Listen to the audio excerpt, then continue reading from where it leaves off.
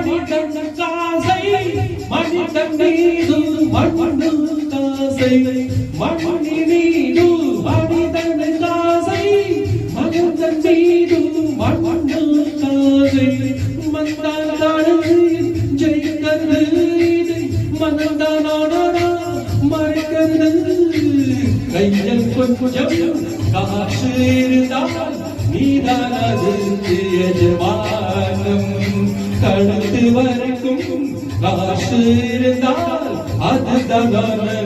எஜமானம் வாழ்வில் அர்த்தம் பொறுவது வாழ்க்கையில் வாரி கொடுவது ஒருவர் முதலாளி உலகில் மற்றவர் தோழாளி வித்திருந்த பஞ்சை மாடி அது வென்று முப்பவர் அறிவாளி